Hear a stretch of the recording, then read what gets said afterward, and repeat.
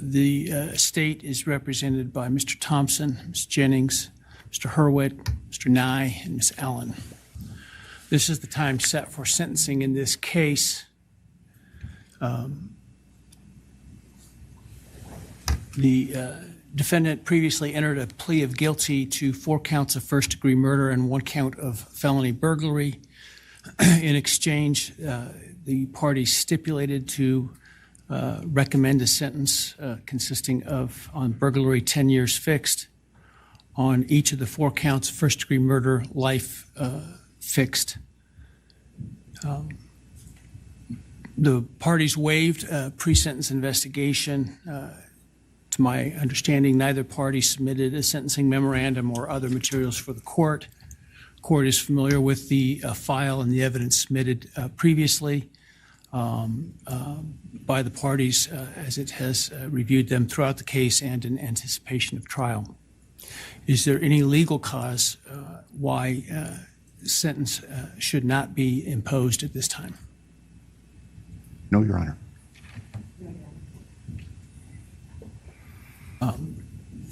Does the state, before impact statements and arguments, wish to present evidence today? Your Honor, the state does not intend to present evidence in a documentary sense. We have provided the court through the clerk with photographs that we would like to use during the course of our sentencing argument. Sure. All right. Thank you. But no testimony other than impact statements? That's correct, Your Honor. All right. So with that, let's start with then impact statements. Ms. Jennings will be introducing and my understanding, just so I'm clear, I indicated through the trial court administrator that we need to see if any of the victims wish to have the camera not running and audio only. And my understanding is all of them indicated they are fine with the video. Is that correct? Yes, Your Honor, that's correct. All right, very well. Go ahead, Ms. Jennings. Your Honor, the first, and we're taking these in the order, victim impact statements in the order that the charges were listed in the indictment. The first charge being burglary. So we will have Bethany Funka's statement, and she has asked that her friend Emily Allant read that statement. All right, any objection to that? No objection. All right, very well.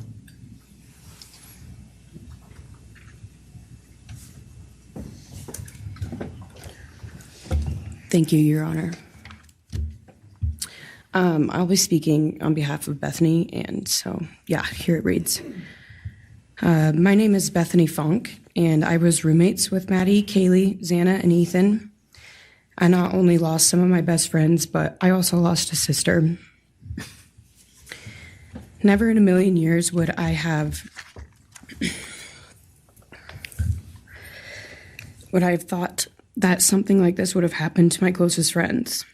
I thought that we were going to wake up and go upstairs, see them and tell them how they had scared us and that they were going to tease us about how we are constantly scaredy cats. I make jokes about it as we would go to Taco Bell like always. But sadly, that is not what happened and what turned out to be my worst nightmare. When I first woke up that morning, I had no idea what happened. I woke up around 7 with a terrible toothache, so I called my dad, who is a dentist, and he asked what I should do. He told me to take Advil, so I did, and I went back to sleep. I was still out of it and still didn't know what happened. If I had known, I of course would have called 911 right away. I still carry so much regret and guilt for not knowing what had happened and not calling right away, even though I understand it wouldn't have changed anything, not even if the paramedics had been right outside the door.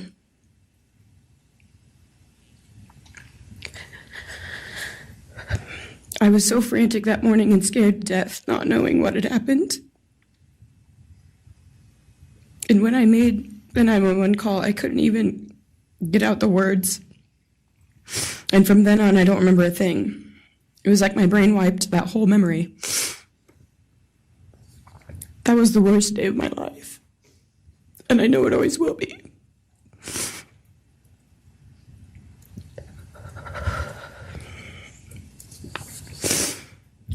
While I was still in shock, trying to process the fact that my friends were truly gone, I had been attacked by the public.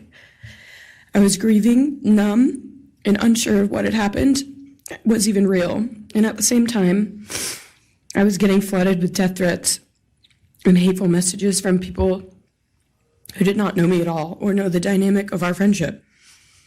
Social media made it so much worse, and strangers made up stories to entertain themselves. The media harassed not just me, but also my family. People showed up at our house.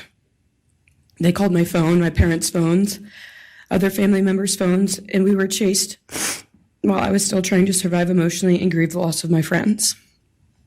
I hated and still hate that they are gone, but for some reason, I am still here and I got to live. I still think about this every day. Why me? Why did I get to live and not them? For the longest time, I could not even look at their families without feeling sick with guilt.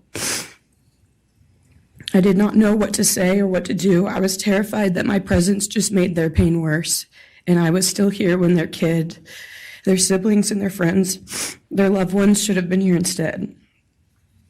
After everything happened, I was afraid to go into my own backyard or alone in my house. I was scared that the person who did this would come for me next. I was always scared that the media would try to catch me at any moment of any day, even when I was just walking around my house. I made my parents close all the blinds during the day so no one could see me even in the slightest chance. I barely left the house, and when I did, I made sure I was never alone. I slept in my parents' room for almost a year. I made them double lock every door, set an alarm, and still check everywhere in the room just in case someone was hiding. And I still check my room every night before, and I double lock it. I have not slept through a single night since this happened. I constantly wake up in panics, terrified. Someone is breaking in, or someone is here to hurt me, or I'm about to lose someone else that I love. The fear never really leaves. For a long time, I could barely get out of bed, but one day I realized I have to live for them. They did not get the chance to keep living, but I do, and I will not take that for granted. So now every day I remind myself to live for them, and everything I do it with them in mind. I am still scared to go out in public, but I force myself to do things because I know that they would want me to keep living my life to the fullest. I am beyond blessed to still be here, and I refuse to take that for granted when they did not get a chance. Our house was not just a house, it was a home. It was where we laughed till we couldn't breathe, make meals, did crafts, binge watch reality shows, played games, and spent lazy days on the couch. It was movie nights, wine nights, morning debriefs, pranks, hot chocolate, cookies, and warmth. I will cherish those memories forever, and I will not let what happened erase how special our home was or how much those memories meant to me. Now I would like to share some bits and pieces of who they were as people and some of the memories that we shared. One of my favorite memories was Halloween, and we all went to Sigma Chi. But instead of partying, we just sat in an apartment, talking and laughing all night long. I do not think I've ever laughed that hard in my life. We did not care about the party, we were just happy to be with each other. Xana was 1 in a million. She was the life of the party.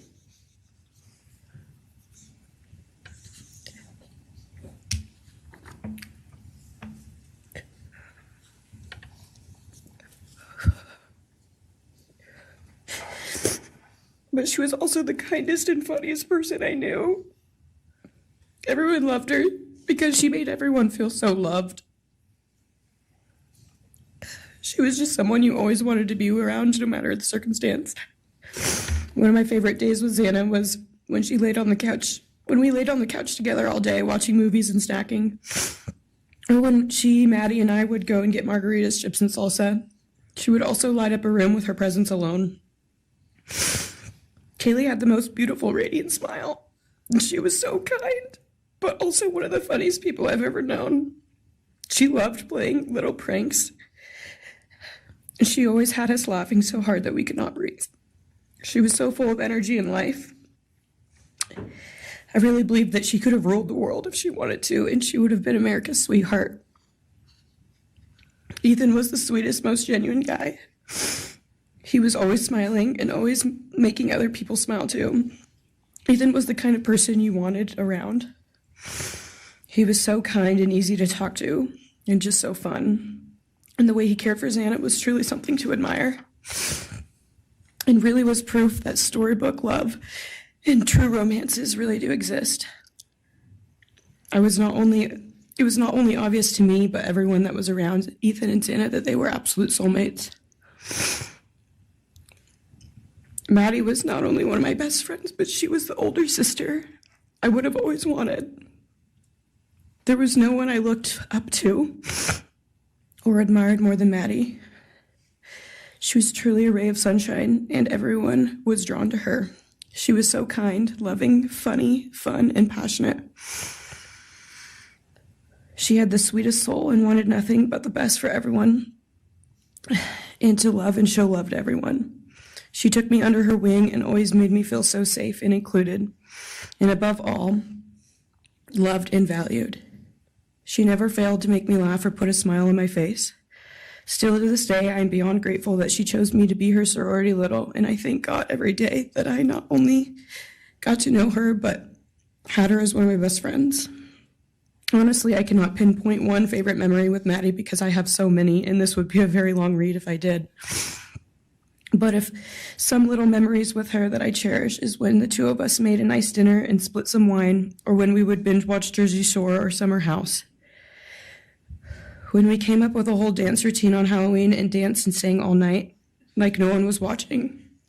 All the late night walks home from going out, and just little shopping trips, so much more.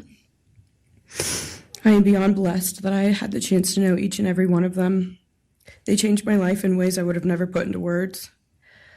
I hope that they are remembered for who they are, not what happened to them, because who they are were so beautiful, and they deserve to be remembered in the highest way. My heart breaks every time I go to text one of them or how badly I wish I could see and hang out with them. And then I remember I cannot. I will never be able to again. But I still talk to them in my prayers every single night, and I always will. I wish more than anything I could hug them one last time. And I wish I could tell them how much I love them. And even though I cannot, I still tell them every night. I will keep living for them as long as I am lucky enough to still be here. And they were all truly one of a kind. And they will be in our hearts forever and always.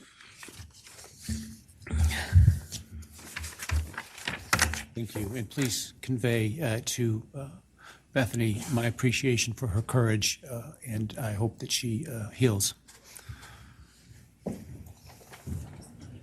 Next is Dylan Mortensen. We're asking for some accommodations for Ms. Mortensen and that she be allowed to sit in my seat. Sure.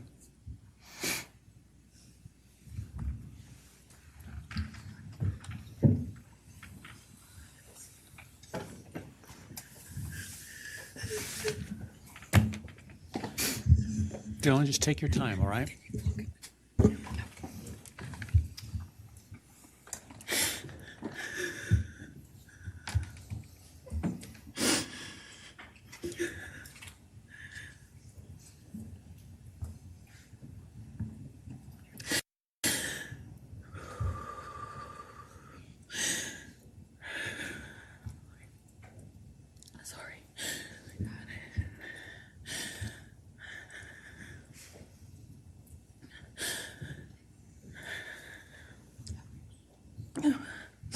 Thank you, Your Honor. What happened that night changed everything. Because of him, four beautiful, genuine, compassionate people were taken from this world for no reason.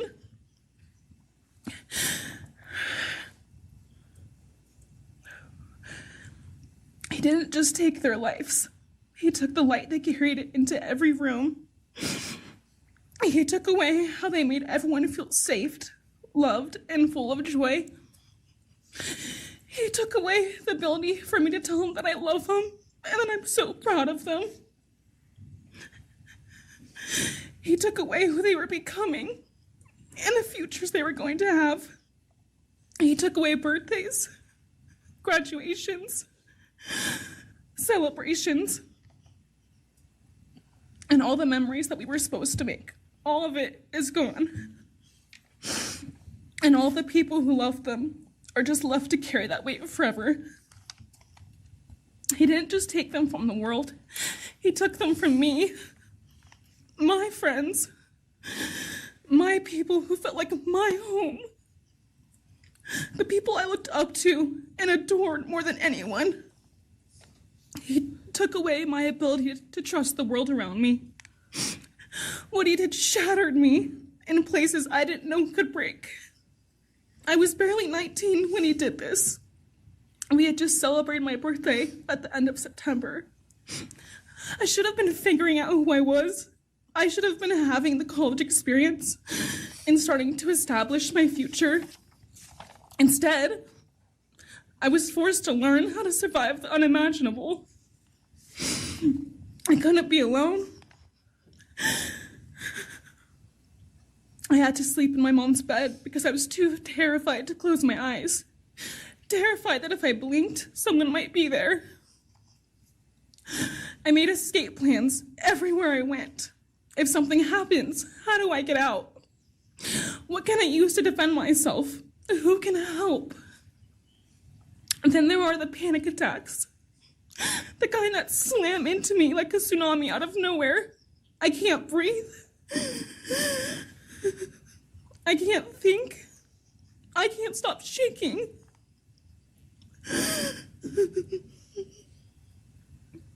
All I can do is scream because the emotional pain and the grief is too much to handle. My chest feels like it's caving in. Sometimes I drop to the floor with my heart racing, convinced something is very wrong. It's far beyond anxiety. It's my body reliving everything over and over again. My nervous system never got the message that it is over, and it won't let me forget what he did to them. People call me strong. They say I'm a survivor, but they don't see what my new reality looks like. They don't see the panic attacks, the hypervigilance, the exhaustion, the way I scan every room I enter, the way I flinch at sudden sounds. They don't know how heavy it is to carry so much pain and still be expected to keep going, and that's because of him.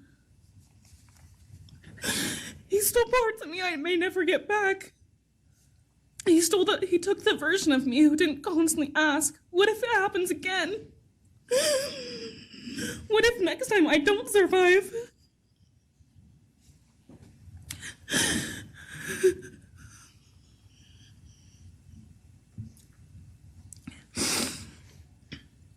He may have shattered parts of me, but I'm still putting myself back together. Piece by piece, I'm learning how to live in this new version of life. It is not easy. It hurts, but I'm still trying. Still trying, and I'm not trying just for me. I'm trying for them, my friends. About a year ago, I had a dream about them. I got to say goodbye. I told them I won't be able to see you again, so I need to tell you goodbye. They all kept asking why, and all I could say was, I can't tell you, but I have to. When I woke up, I felt shattered and heartbroken, but also strangely grateful. Like maybe in some way that dream gave us the goodbye we never got. Still, no dream can replace them, and no goodbye will ever feel finished. He is a hollow vessel, something less than human. A body without empathy, without remorse. He chose destruction. He chose evil. He feels nothing. He tried to take everything from me. My friends, my safety, my identity, my future. He took their lives, but I will continue trying to be like them, to make them proud. Living is how I honor them. Speaking today is to help me find some sort of justice for them. And I will never let him take that from me. He may have taken so much from me, but he will never get to take my voice. He will never take the memories I had with him. He will never erase the love we shared, the laughs we had, or the way they made me feel seen and whole. Those things are mine. They are sacred, and he will never touch them. I get to feel sadness. I get to feel rage. I get to feel joy even when it's hard. I get to feel love even when it hurts. I get to live. And while I will still live with this pain, at least I get to live my life. He will stay here, empty, forgotten, and powerless. Dylan, thank you so much for your courage. I appreciate it.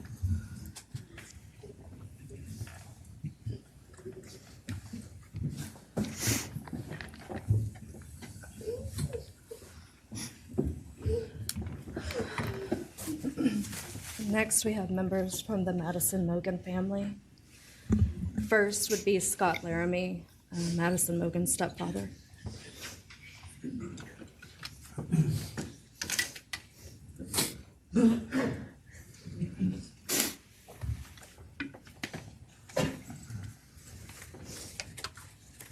Standing by him is Karen Laramie, Madison's mother. Thank you, Your Honor. My name is Scott Laramie. I'm Maddie Mogan's stepfather and the husband of Maddie's mother, Karen Laramie. I will read this victim impact statement on behalf of Karen and myself.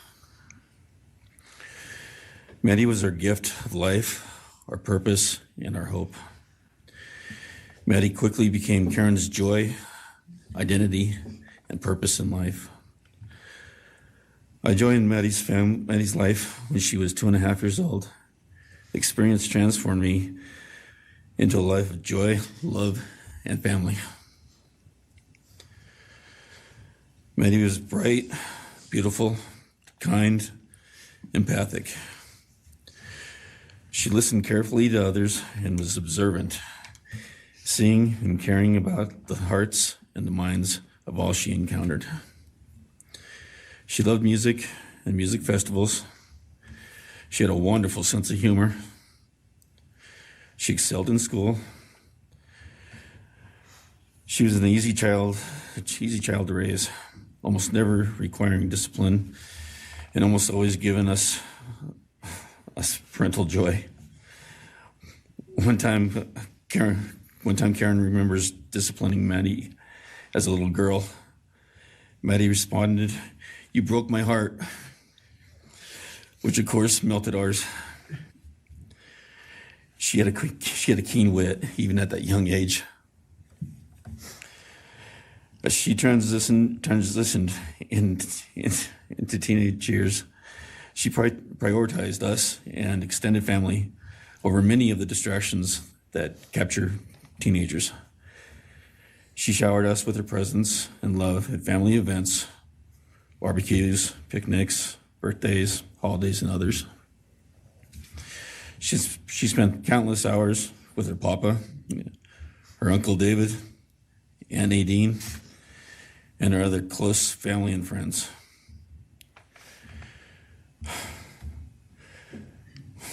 This world was a better place with her in it. As she reached adulthood, Maddie applied her studies to be a marketing professional, entering into an internship at Payne West, and started planning her professional future. As with all things, she involved Karen and myself in the joy of her journey. As she transitioned into womanhood, Karen and I continued to be astounded at this wonderful and accomplished person we had created. All parents dream of their children accomplishing more than them. We realized this dream. All we had not become, she was becoming. Karen and I are ordinary people, but we lived extraordinary lives because we had Maddie. Maddie was taken senselessly and brutally in a sudden act of evil. She was taken along with the young, promising and bright lives of Kaylee, Xana, and Ethan. First, we felt disbelief. Next, we felt disorientation. Then we felt grief overcome us. Our grief is compounded even more for the Goncalves, Kernodle, and Chapin families. We speak of hope and healing, and we do have hope and some healing. But the vast emotional wound will never fully heal. Since Maddie's loss, there's emptiness in our hearts, home, and family, an endless void. After losing her mother in a car crash, Karen took years to grieve and recover. The feeling that her life with Maddie and Abe was perfect helped her to start to heal. Now, this is no longer perfect. After Maddie's loss, Karen felt like she was spinning out, emotionally collapsing into anxiety and depression. She sometimes asks, how am I supposed to go on when I've lost my favorite person in the world? I felt the same, and we continue to struggle. The loss of Maddie has impacted so many beyond our family. Her second family is her sorority sisters who grieve alongside us. She has so many close friends who suffer from her loss. We will continue to be.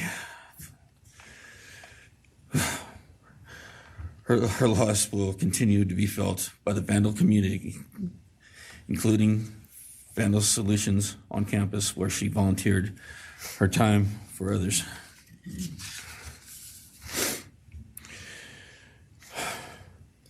It helps us to know Maddie is in heaven now, freed from the trials of this earth.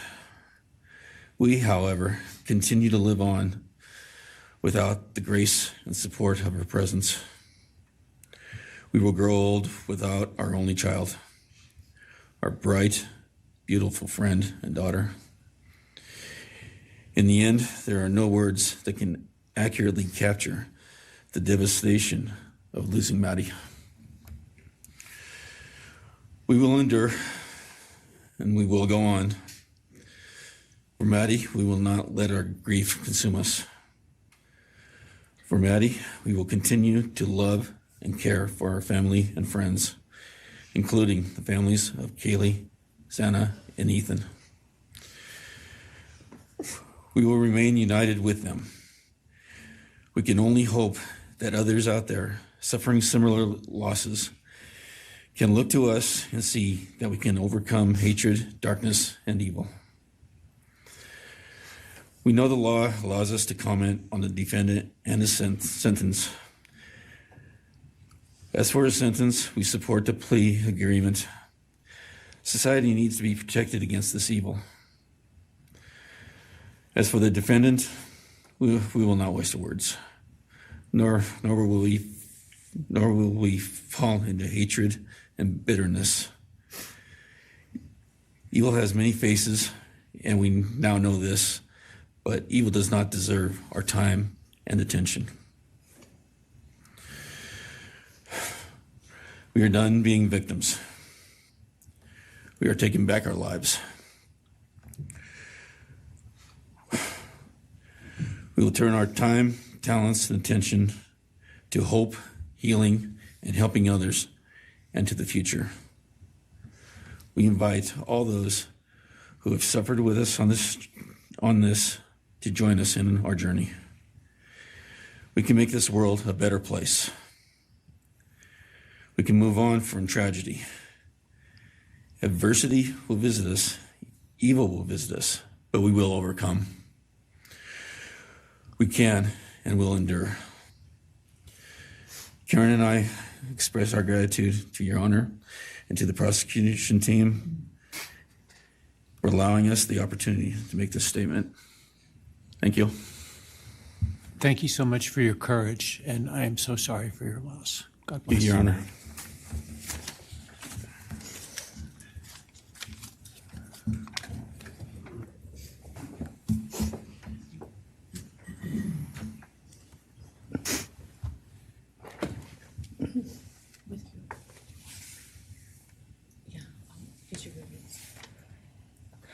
Your Honor, this is Leander James. He's the attorney for the Mogan family and victim advocate. He'll be reading a statement for Karen Laramie. May it please the court, counsel. My name is Leander James. I am the pro bono counsel for Karen and Scott Laramie. Karen has asked me to read this statement into the record. I thank my husband, Scott, for his statement, his courage, and his unending love and support during this dark time. While words are inadequate to capture the impact of this horrific crime in our family, he expressed it as best anyone could. For Maddie's sake, I will add my supplement statement that incorporates additional impact in the context of my extended family. I am grateful to Maddie's great uncle, Bryan Kohberger, for assisting me with the difficult task of putting our pain into words. For me and my extended family, Maddie was our hope and our light. Her beauty, both outside and in, shone its light upon everyone with whom she came in contact. Her beauty, she carried that hope and light into the future for our entire family. We have memories of our Maddie and grief and pain at her being taken from our presence. Any one of us would have given our own light to have been outshone by hers. We now look to our Creator to know that her light continues where we look to see her in His presence. Those who commit evil for their own twisted gains and purposes truly defile the efforts and sacrifices of mothers, fathers, families, teachers, clergy, public servants, service members, and all those who commit themselves to the greater good, freedoms, and the future light of our nation. Condemnation falls heavily upon those who squandered the lives of our future hopes and dreams. Some may offer forgiveness for what the defendant has done. However, we cannot at this time, or perhaps ever, nor will we ask for mercy for what he has done. His acts are too heinous. The agony and grief he has caused, too great. But we will waste no further words or thoughts on him. For Maddie's sake, we will move on. We will do our best to carry Maddie's light into this world and make it a better place. I thank the court and the prosecution for allowing me the opportunity to make my statement, and I thank all those who have and will support my family and the families of Kaylee, Xana, and Ethan. Thank you. Thank you. Thank you, Mrs. Laramie. Appreciate it.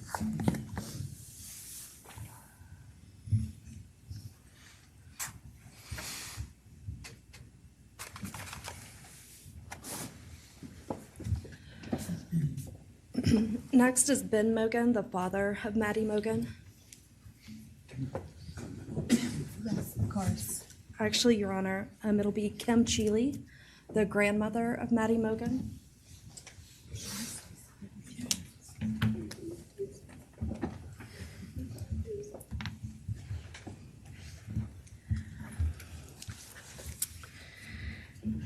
My name is Kim Cheeley. I was Maddie Mogan's paternal grandmother, as Ben Mogan, her father, is my son. I'm here today with my sister Lori Cheeley, Maddie's great aunt, and my son Ben Mogan, and my daughter-in-law Corey Hatrock.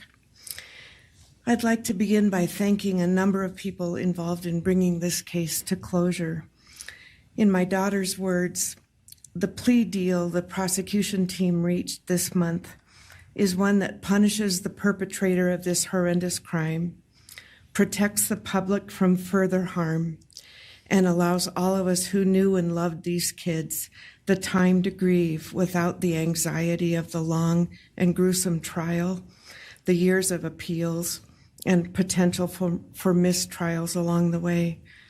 My family and I are so grateful to Bill Thompson and his prosecution team for their dedication and painstaking work that forced the perpetrator to admit his guilt. We want to thank the Idaho State Police, the Moscow Police Department, the FBI, and Judge Hippler. We'd also like to thank the University of Idaho officials who've treated the families of the victims with such dignity and kindness, and who have honored the 4 victims beautifully. Maddie was my first grandchild, so when she was born, all her grandparents had the distinct pleasure of deciding what we'd like to be called. I chose Nana, pretty original. But when Maddie was about 1.5 years old, her papa, Ben's dad, and I were planning to visit the new little family in Oregon. Maddie didn't have an extensive vocabulary at the time, but for some unknown reason, she called bananas ba-deedle-deedles. When Karen and Ben told her Nana was coming to visit, she figured, I say deedle-deedle for that word. So I became Deedle-Deedle, shortened to Deedle when she was about 6 or 7, and I was Deedle all her life.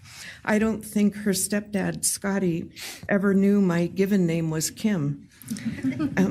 Maddie's and my birthdays were 1 day apart, and a couple years before she was killed, she gave me this necklace with Deedle and Maddie engraved on it, and I added an angel wing, and it's one of my treasured possessions. I also got an angel wing tattoo, never thought I'd see the day, but along with many members of our family, replicating the one that Maddie and her sorority sisters had. I wanted mine where I could see and touch it often. From preschool through grade school, I stopped teaching piano lessons early on Wednesdays and picked Maddie up for bubble baths, brownies, and books. It was our special time together, and she went home those nights in her jammies with a pan of warm brownies for her family. Although Karen and Scotty raised Maddie and did such a lovely job of parenting, we Mogans were lucky to have her for holidays and many other family gatherings. We'll always have our treasured memories of Maddie growing up in our big, extended, cooperative family, and I thank Karen and Scotty Laramie for being so generous and open and sharing Maddie with her Mogan side of the family. When the 4 kids were murdered, the foundation fell out of our world. Initially, the fear was truly debilitating. The first 6 weeks were excruciating. Despite the vigils, memorials, candlelight gatherings of students, friends, family, community members. After the arrest, in the past 2.5 years, my family has lived with grief, with the effects of traumatic grief, of which I was blissfully unaware before all of this. I now have a stack of books on grief. I've attended grief classes at hospice. I've tried EMDR, a technique that helps replace disturbing visions with something more comforting. My son Ben, his 2 sisters, Maddie's aunts, and I have all experienced depression and anxiety and sleep disturbance, requiring medical intervention at times. We've all sought counseling off and on. The struggle with media attention was extremely difficult, especially for Ben. No one should live through the violent murder of one's child. Some days it's beyond me how the parents of these kids are still upright. I'm thankful for the strong families and communities that are supporting the survivors. At the time, I could think of only two blessings surrounding the horrific murders. One was that Ben was living with my partner Tom and me at the time, and that we could support each other emotionally through it all. Sadly, Tom died a year ago of a rare brain cancer, and he won't be here to see justice served. He was our family's rock, and we all miss him every day. A second blessing is that my mother died of COVID several months before the kids were killed, and she didn't have to live through the horror. It was difficult to identify blessings. So we've all lost our dear child and a future with her. I ache for the loss of the dreams that she and her true love, Jake, held. And my heart goes out to Karen and Scotty and your side of Maddie's family. You've had more than your share of loss. My heart aches for the kids' roommates and the families of the other victims, and also the family of the perpetrator.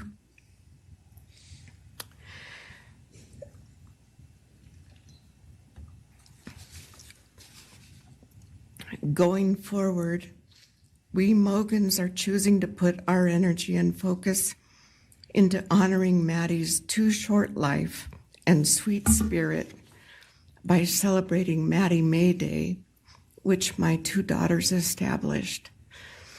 On May 25th each year, Maddie's birthday, we encourage folks to do random acts of kindness in Maddie's name.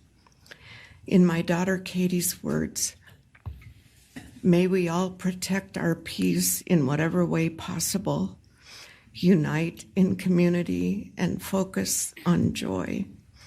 Please do an act in kindness in Maddie's honor during this week, so a glimmer of Maddie's light may live on. Thank you. Thank you, and I appreciate your courage, and bless you and your family. Thank you.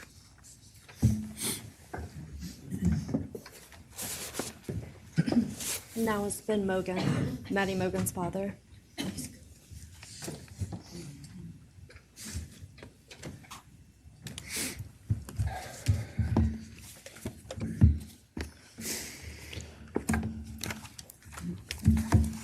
I'm Benjamin Mogan. I'm Maddie's dad. And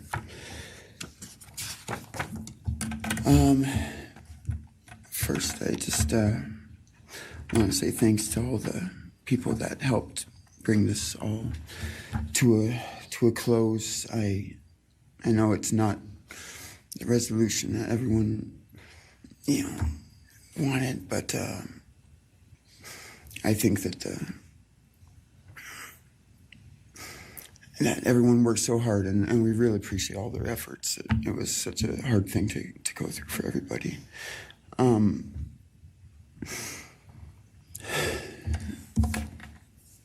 Maddie was my only child that I ever had. She's the only great thing I ever really did, and the only thing I was really ever proud of. And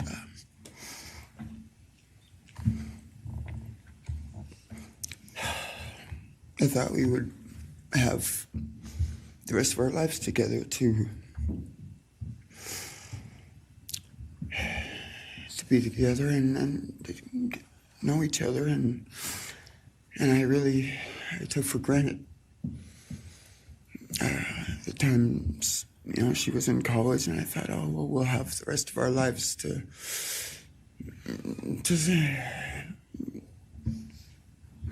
do all the stuff that we're supposed to do, and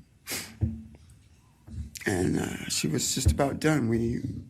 She actually earned all of her credits for her college degree, and Karen and Scotty and I got to go and get her diploma that she actually earned, and she deserved every bit of that. And but I thought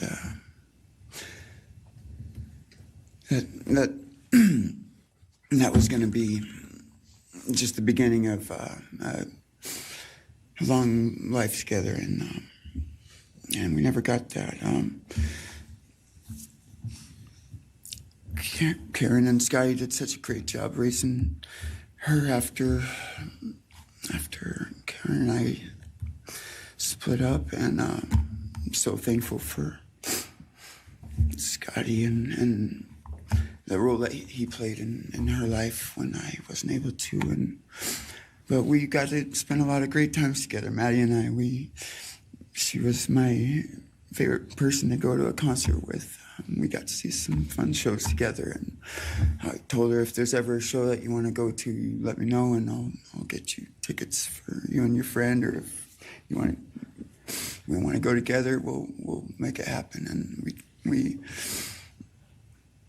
my favorite memory with her was when the Mac Miller show sold out here in Spokane, and everyone wanted tickets, no one could get them, and on the last day before the show, they did a radio thing, and I got 4 meet and greet tickets for Maddie and her friends and me to go and see the show, and that was her favorite artist at the time, was Mac Miller, and he's gone now too, and my little cousin Zach drove us all there that night, and he's gone too, tragically, and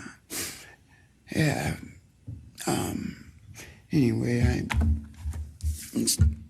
the last thing that she ever wrote to me was this Father's Day card, and I'm so glad I still have it. I'm just going to read what she said. It says, "Happy Father's Day. I hope you have the best day. I can't wait till we can hang out again soon. I'll be in Coeur d'Alene 624 to 74. Hopefully we can find a time then. I loved your birthday card that you sent me, by the way. Maybe we can see a concert sometime soon. I'd love to see the gorge when it's not so smoky out. I hope you're doing well. I'm proud of how far you've come. Thank you for always encouraging me to do my best. Love you lots and lots. Love, Maddie May." She did encourage me to not just to do my best, but to live on. I went through a lot of issues with addiction and with substance abuse, and when I wasn't wanting to live anymore, she was what would keep me from just not caring anymore, and knowing that she was out there and that she was just such a beautiful person kept me alive a lot of rough moments, and I'm so glad that she was able to meet Jake. He was the only one that actually ever got to take her to the gorge. They went and saw Watershed together, and they had a heck of a time. I'm so glad she got to. That's a really special place for me, and she always wanted to work out there with me in the summer sometime. She never got to, but at least she got to see it once with Jake. He was such a great guy. He is such a great guy. And I really wanted to see what a future with them would have looked like. I'll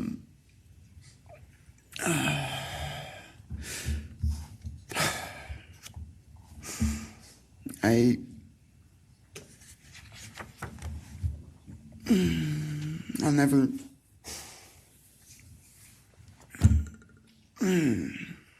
be able to replace her. I wrote a bunch of stuff. I just don't know what to say right now. I just miss her so much, and I just love her more than anything. And it shouldn't have happened. And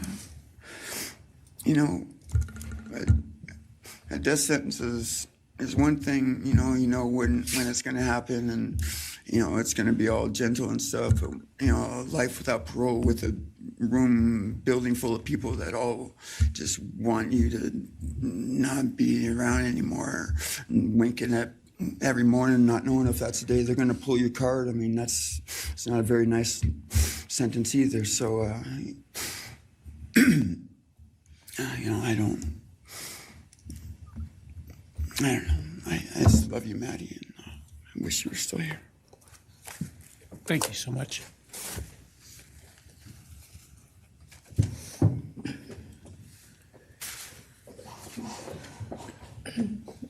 Your Honor, next would be members from the Kaylee Gonsalves family. First will be her father, Steve Gonsalves.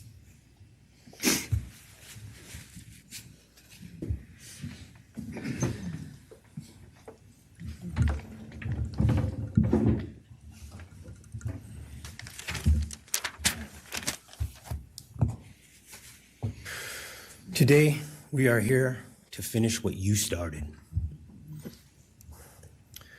Today, you've lost control.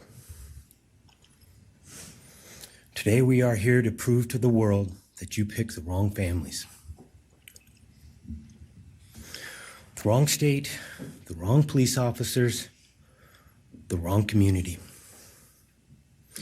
You tried to break our community apart. You tried to plant fear.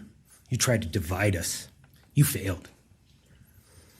Instead, your actions have united everyone in their disgust for you. I just learned from these lead investigators, to their shock, they worked in an investigation and actually worked with Pennsylvania police officers and the federal FBI. You united everyone. Everyone was united after you. None of us are divided. We are united in our disgust and our love for these children. Today you have no name. Because when this all started, we all came together and we said, let's stop even talking about his name and just use initials. So even the media just calls you BK. That's all you are. Looking back when the police officers knocked on my door, told me what happened to my child, told me what happened to Maddie Mae, I don't think he was even out of the driveway before my kids turned around, looked at me and said, what do we do, Dad? I told him, you get to work. You get your ass to work. And we started calling, we started texting, we started emailing. And you know what? Within hours, we had your white car on the camera. We knew from the very beginning we had you.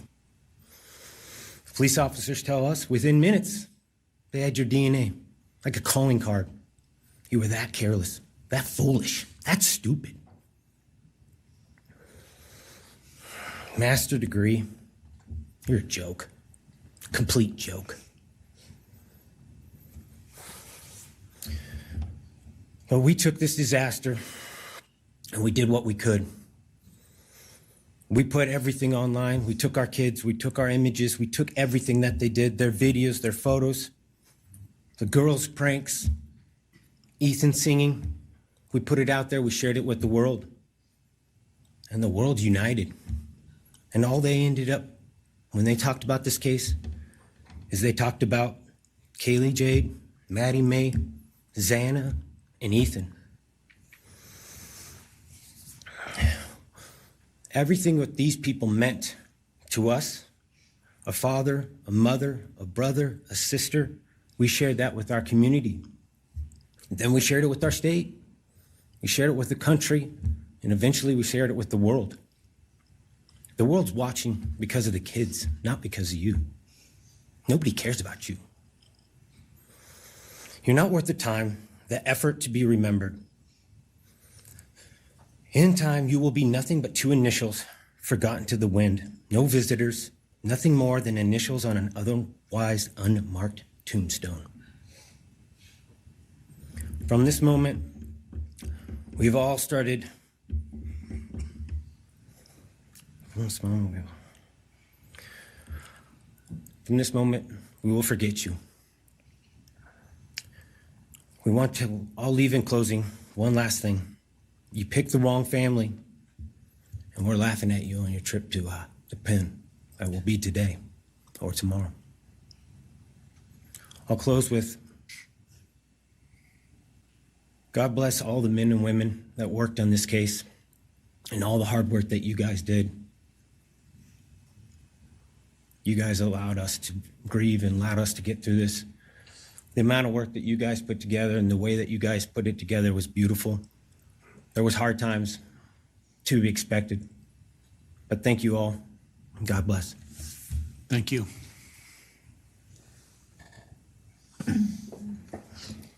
Your Honor, next is Stephen Gonzalez, Kaylee's brother.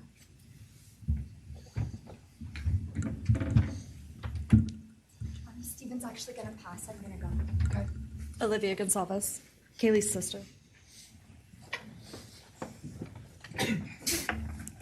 Hello. I'd like to start by thanking the court for allowing me the time and opportunity to speak today. My name is Olivia, and I am the big sister of Kaylee Gonzalez, and I was blessed to love Madison Mogen as a sister too. I'm not here today to speak in grief. I'm here to speak in truth. Because the truth is, my sister Kaylee and her best friend Maddie were not yours to take. They were not yours to study, to stalk, or to silence. They were two pieces of a whole, the perfect yin and yang. They are everything that you could never be. Loved, accepted, vibrant, accomplished, brave, and powerful. Because the truth about Kaylee and Maddie is they would have been kind to you. If you had approached them in their everyday lives, they would have given you directions, thanked you for the compliment, or awkwardly giggled to make your own words less uncomfortable for you. In a world that rejected you, they would have shown mercy. Because the truth is, I'm angry. Every day I'm angry. I'm left shouting at the inside of my own head everything I wish I could say to you. The truth about me is when I heard the news, I didn't cry. I listened for them. I promised them I would, that I would fight for them, that I would show up no matter what it cost me. I swore I'd never let them feel alone. Because you see, I've always been their heavyweight. I've always been the one to fight the battles they didn't feel ready to fight themselves. All it ever took was a call, and they knew I would handle it for them, no matter the time, no matter the cost. They could wave their white flag because they knew I would never back down, not for them, and not even death could change that. Somewhere along the line, I started to think about what I would say to them if I was given just one last chance. If I could gather enough heartbreak or love or sacrifice or whatever it took to get just one message across, what would I say? Throughout this entire process, I've written my feelings down at every moment, my wishes, my love, my denial, my anger. And as one final act of love, I'd planned to read these thoughts, even jarring and discombobulating and not even making sense. Because for me, that was true love. As bare and as naked as it could be, not laced in pretty words or dressed for the occasion, but written through bleary eyes at 2 a.m. with clenched fists, angry at this reality. My true final act of love was to continue on without them, for them. That dream to read aloud my love to them, to bring meaning through pain, was the latest blow in realizing you don't deserve it. And Kaylee and Maddie don't need it. Kaylee and Maddie have always known my love, and they would never ask me to prove it by further victimizing myself to a defendant who has shown no guilt, no remorse, no apprehension. They would say to me, "Why would you give the satisfaction of showing vulnerability now? You promised you would never back down." And for that clarity, I'm thankful. I won't stand here and give you what you want. I won't offer you tears. I won't offer you trembling. Disappointments like you thrive on pain, on fear, and on the illusion of power. And I won't feed your beast. Instead, I will call you what you are: sociopath, psychopath, murderer. I will ask the questions that reverberate violently in my own head, so loudly that I can't think straight most any day. Some of these might be familiar, so sit up straight when I talk to you. How was your life right before you murdered my sisters? Did you prepare for the crime before leaving your apartment? Please detail what you were thinking and feeling at this time. Why did you choose my sisters? Before making your move, did you approach my sisters? Detail what you were thinking and feeling. Before leaving their home, is there anything else you did? How does it feel to know the only thing you failed more miserably at than being a murderer is trying to be a rapper? Did you recently start shaving or manually pulling out your eyebrows? Why November 13th? Did you truly think your Amazon purchase was untraceable because you used a gift card? How do you find it enjoyable to stargaze with such a severe case of visual snow? Where is the murder weapon? The clothes you wore that night? What did you bring into the house with you? What was the second weapon you used on Kaylee? What were Kaylee's last words? Please describe in detail the level of anxiety you must have felt when you heard the Bearcat pull up to your family home on December 30th, 2022. Which do you regret more? Returning to the crime scene 5 hours later, or never, ever going back to Moscow, not even once, after stalking them there for months? If you were really smart, do you think you'd be here right now? What's it like needing this much attention just to feel real? You're terrified of being ordinary, aren't you? Do you feel anything at all? Or are you exactly what you always feared? Nothing. If you're so powerful, then why are you still hiding, defendant? You see, I'm here today as me. But who are you? Let's try to take off your mask and see. You didn't create devastation. You revealed it in yourself. And that darkness you carry, that emptiness, you'll sit with it long after this is over. That is your sentence. And it was written on the wall long before you ever pled guilty. You didn't win. You just exposed yourself as the coward you are. You're a delusional, pathetic, hypochondriac loser who thought you were so much smarter than everybody else. Constantly scolding, turning your nose up to grammar mistakes, nitpicking and criticizing others. You wanted so badly to be different, to be special, to be better, to be deep, to be mysterious. You found yourself thinking you were better than everyone else, and you thought you could figure out the human psyche and see through it, all while tweaked out on heroin.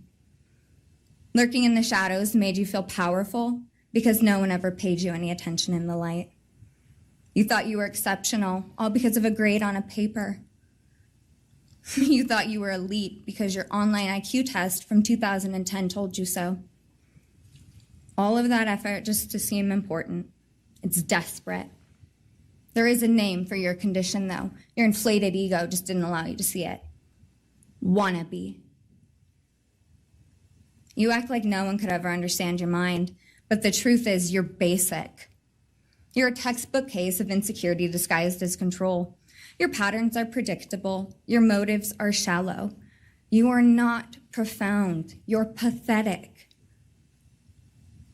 You aren't special or deep, not mysterious or exceptional. Don't ever get it twisted again. No one is scared of you today. No one is intimidated by you. No one is impressed by you. No one thinks that you are important. You orchestrated this like you thought you were God. Now look at you, begging a courtroom for scraps. You spent months preparing, and still all it took was my sister in a sheath. You worked so hard to seem dangerous, But real control doesn't have to prove itself. The truth is, the scariest part about you is how painfully average you turned out to be. The truth is, you're as dumb as they come. Stupid, clumsy, slow, sloppy, weak, dirty. Let me be very clear. Don't ever try to convince yourself you mattered just because someone finally said your name out loud. I see through you. You want the truth? Here's the one you'll hate the most. If you hadn't attacked them in their sleep, in the middle of the night, like a pedophile, Kaylee would have kicked your fucking ass. Thank you. Thank you.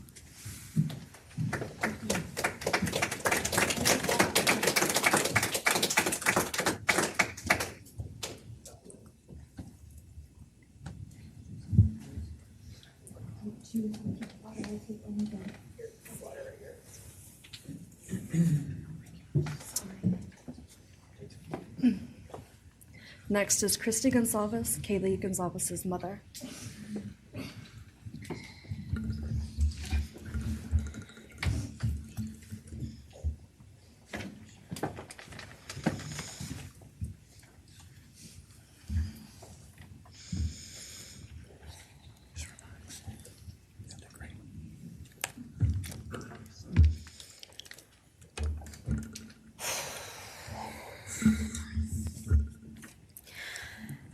Thank you, Your Honor. I never imagined having to speak to someone so devoid of humanity. For a long time, I didn't think I'd find the words low enough to meet you where you are. But now I realize this isn't about you. It's about what you've done to me, and I need you to hear it. When you murdered my daughter, Kaylee Jade Gonzalez, you didn't just take her life, you shattered others.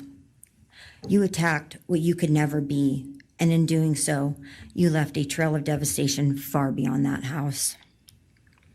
You stole my peace. You've altered my every waking moment, every sleepless night, the way I view the world, people, safety, trust. It's all been changed by your cruelty. I no longer recognize parts of myself. Joy is harder to find. Laughter feels foreign. The world moves forward, but I'm suspended in a place of sorrow and rage. You've taken from me something that can never be restored. The grief sits with me every day, some days quietly, and other days so loud it drowns out everything else. The emotional toll you've inflicted on me is immeasurable. I live with a constant ache, with birthdays that are now memorials, with holidays that feel hollow, with empty chairs that scream louder than words ever could. I am forever changed. But for you, as a person working on a PhD in criminal justice, you really didn't think this one through. You're not that good. In fact, you're not that good at anything. You couldn't secure a job. You couldn't get along with others. You couldn't even get a female to look in your direction. All because you are pathetic. Now you're a joke in this courtroom. I wish I could crown you with a jester hat to complete your orange jumpsuit clown look. A dead killer doesn't kill again. So while I'm disappointed the firing squad won't get to take their shots at you, I'm confident that the men in prison will have their way with you in more ways than one. You will finally get what you wanted, physical touch. Just probably not how you were expecting it. See, you haven't beat the system. You've simply entered a new one, where the rules are cruel and the consequences will never end.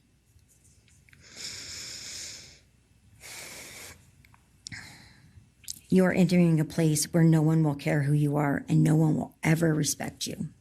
You will be forgotten, discarded, used, and erased. You will always be remembered as a loser, an absolute failure. And when those prison doors slam shut behind you, I hope that sound echoes in your heart for the rest of your meaningless days. I hope it reminds you of what we all already know. You're nothing. May you continue to live your life in misery. You are officially the property of the state of Idaho, where your fellow inmates are anxiously awaiting your arrival. But it's okay, because they're there to help you. Hell will be waiting. Quick message from our youngest daughter. Aubrey wanted to say, you may have received A's in high school and college, but you're going to be getting big D's in prison. Thank you.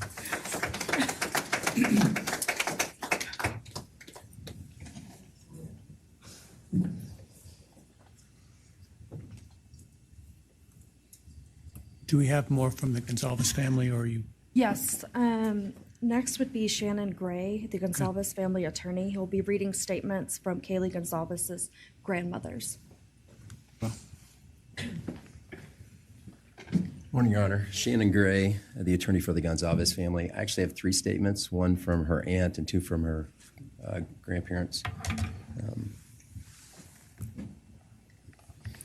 This is from her aunt, Tammy Butts. You, in the cloak of darkness, made a decision to turn our whole family's world upside down forever. You, in the cloak of darkness, took our Kaylee J. Gonzalez away from us all without hesitation. Never have you shown any remorse or regret. We just get creepy, non-expressive stares as you have your team of women defend you. Kaylee was a strong, kind, fun-loving, caring person, and she will greatly be missed by all her family and friends for the rest of our lives. She had goals in life that you took from her and us. We lose on watching her enjoying her life, working hard and building the future she wanted. She was ready to start that after college life. You, in the cloak of darkness, took it all away. You left us without her future wedding, her future children that she would have added to our family. No more talking to her on the phone, going for a coffee, celebrating holidays. It's all gone.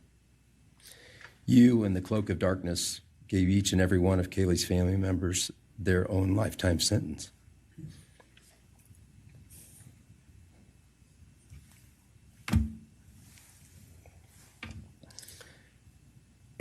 You, in the cloak of darkness, also took our Maddie Mae from all of us. She was so genuine, caring, polite. She was part of our family. You came in, harmed our children that were younger women than you in their own beds. You're nothing, you're a coward. It's not right that you have received life. I pray that you meet your end in the cloak of darkness, burn in hell. I have 2 other statements, Your Honor.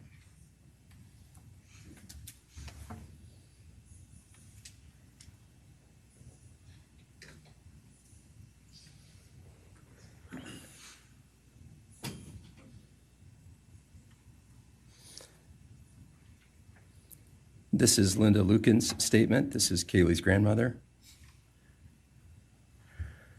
I really don't know how to address something so inhumane, but I will try. Nothing in the past 2.5 years has made any sense. All I get is you cowardly went into a home at night, filled with what I'm sure you thought was all sleeping girls, and went on a vicious killing spree for no other reason but to appease your demonic urges. You took my granddaughter Kaylee from us, plus 3 other beautiful lives. You took my granddaughter Kaylee, beautiful, sweet-souled, doll-faced Kaylee, who was getting ready to start her amazing life, who had such a bright future, who was loved by so many, who you were so envious of. She had a life you could never have. You are so beyond human. You're definitely a demon from hell. I truly wish your punishment would be the same death you inflicted on our kids. But I think you will meet some new friends in prison who will be there just to help you. Thumbs up.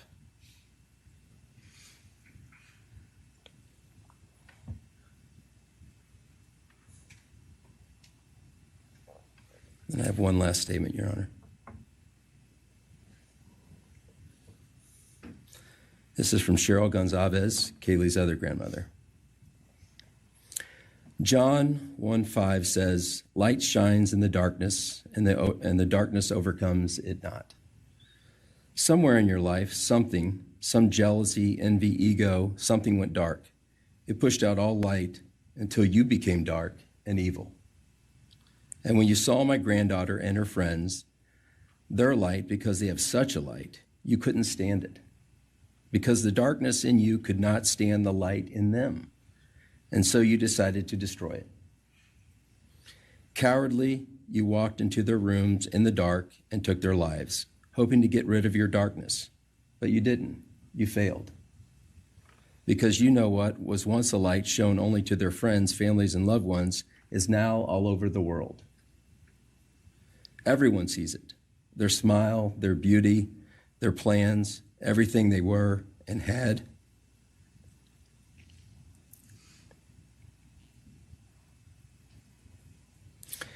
And you think you put a close to it, even that, but you didn't. Because they still exist. They are still light. They are still beautiful. You can never take that away. They will always be in the light of all eternity. And you will be in the darkness because you could not overcome it. You failed. I want you to be gone, more than gone. I want you to be cast out. Cast out from my life, from my family, from this earth. I will not allow your hatred to penetrate into my own soul. You did not get that power. You are evil, and in the end, evil is eradicated. You didn't take Kaylee's light, you spread it into the world. Thank you, Your Honor. Thank you. All right. If the are you moving to a different family now? All right, why don't we take a 10-minute recess? All right. Be seated.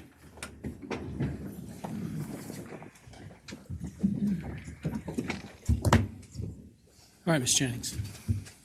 Thank you, Your Honor. The next family is the family of Xana Kernodle.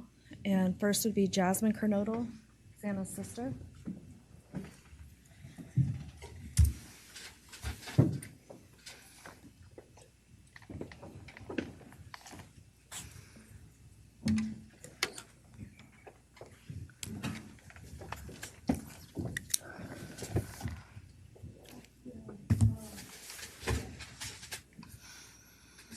Thank you to everyone who's been involved in this and just for all the hard work and dedication you guys have put into this. I also want to thank everyone for the support and just my family and friends who've been around through this time.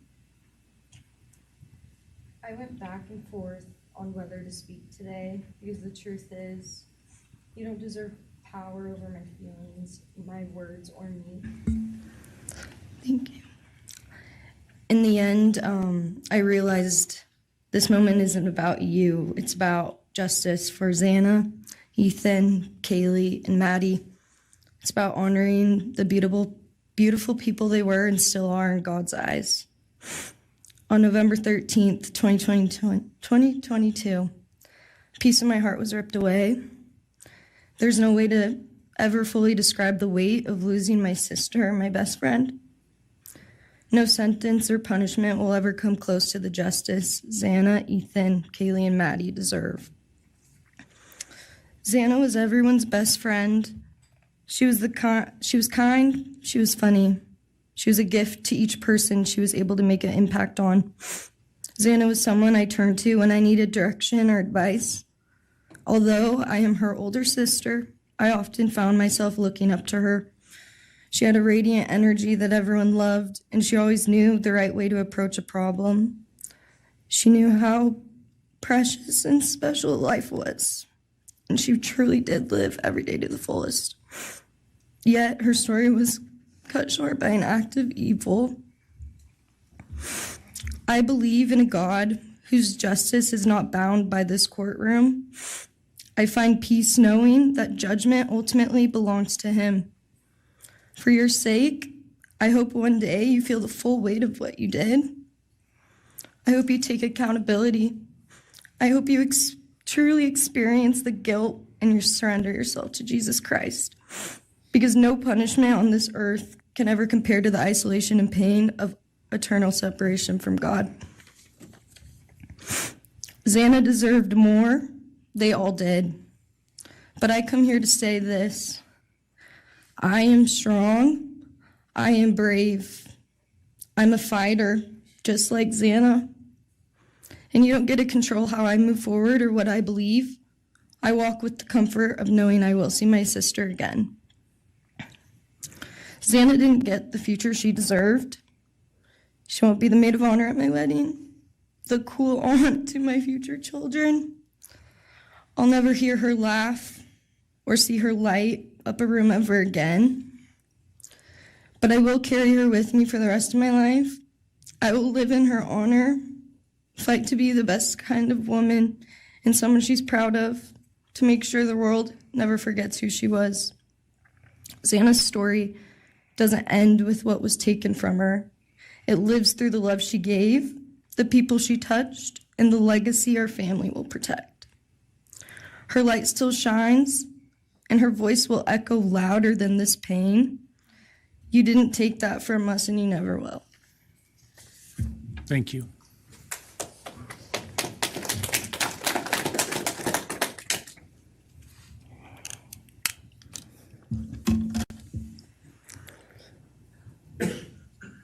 I just want to say before I start, I'm Xana's dad, Jeff Kernodle. It's been a hard road down, you know, because she's gone. And I want to thank everybody, other their families that speaking so far, spoke about things. I agree with everything they have to say. It all comes back to a lot of the same things that I've had to deal with and we as a family have had to deal with. And that brings me, you know, basis of what I'm talking about a little bit is on my way up here, flying up here on the plane, and about halfway through the flight, this little girl is calling out for her dad. Hey, dad, and then in my mind, I was kind of half asleep. It's dark on the plane. I heard Xana calling out for me like she did, you know, back when she was little, 5 years old, and those times were hard. It was chaotic, but we always had something to work toward that was in a positive direction compared to right now, which is necessarily not as positive as that for sure. And I know I miss Xana a lot. My life's been changed, and Xana had a great impact on me, and the impact was when she was gone, I realized how important she was and what she really did for me, influenced me, was way beyond what I ever thought. She'd call me up on the weekends, check on me, see who's with me. She's like accountability to your youngest daughter. And that really made a big difference. It made me really think about things and what it's all about, you know? That's the things that I miss the most is those calls on the weekends, the calls at 11 at night. What's going on? You want to meet my friend? You know, whoever she's with, a couple of her friends, I can meet them, talk to them. And she always did that.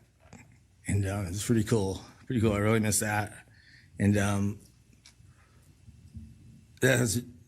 she made a big impact on me, on other people, her family. But the impact that she made is so extensive on what happened here. And it goes so far. People from everywhere in the world, you know, are following things. And Xana has made a difference in their lives. So, you know, countless people told me that. They might not even know her. They never knew anything about her. It's what they see, and they just love her and say how they wish she could have been their friend. You know, could have been their friend, could hung out, and it's like this is the blessing, you know. This is the little kid was, and definitely was a big blessing in my life, and so is Jasmine, and basically, you know, we worked hard to do the things we did, you know, through the times they were growing up. And through those times, I realized that I wanted both of them to graduate college. and that'd be the ultimate thing for them to do to prepare for the world. Then it came back to me, Xana didn't get to finish college. He had it all figured out.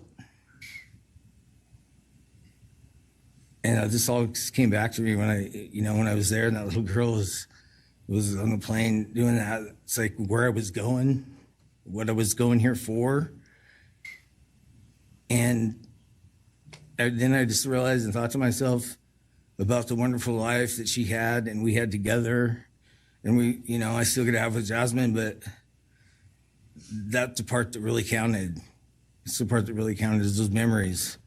And those are what I have left, the memories with her and the ones I can make with her and the life that I can go on with now, which is what she wants.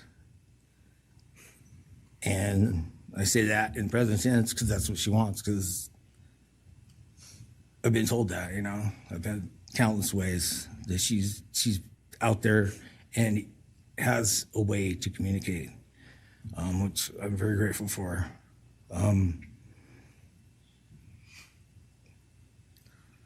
That goes to say that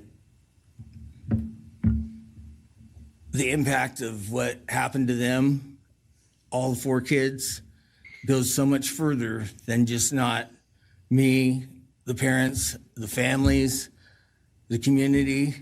It goes so far because a lot of kids, in the colleges, just for an example, they lock their doors now.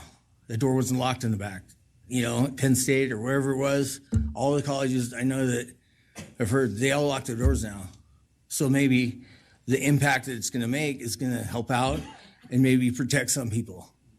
Having this outreach and having the influence of what happened to these kids did, all I know is I was 7 miles away when it happened, and she wasn't feeling that good. It was 11:30. And I almost went over to Susanna's to say, and I would have been sitting right there in that couch, and you had to deal with me. So they would have had a chance. And I regret that, and I regret not going. But the reason why I didn't is because Susanna said, don't be drinking and driving. You got the rental car, don't be drinking and driving, the week before that. So she would have been mad at me to do that. But I really wish I would have drunk and drove, because they would have had a chance, all 4 of them.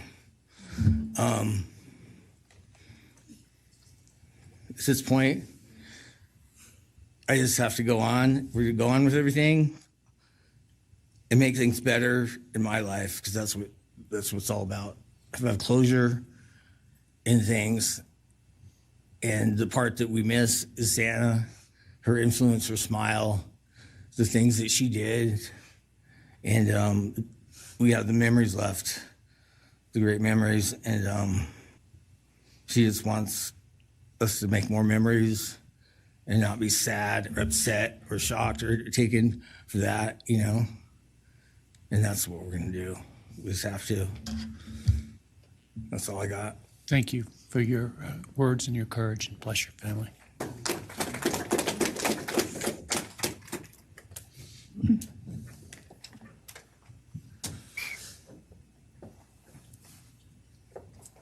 Next, Kim Coronado would like to address the court.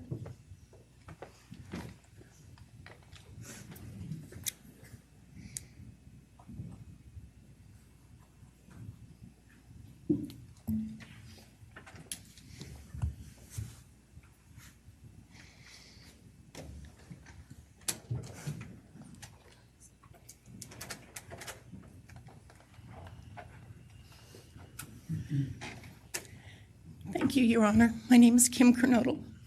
I am Xana's aunt.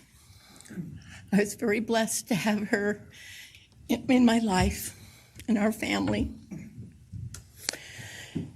And I thought I had everything in my head, what I wanted to say, but it kind of went out. And I'm always looking for the positive thing, because evil, hate can destroy people. And that's what it started doing with our family. It created anger with our family members. And then I had to look, because Xana was everything that the media, her friends said. She was that fun, loving, high-spirited, beautiful person. And I no longer get to get my nails done with her, have lunch with her.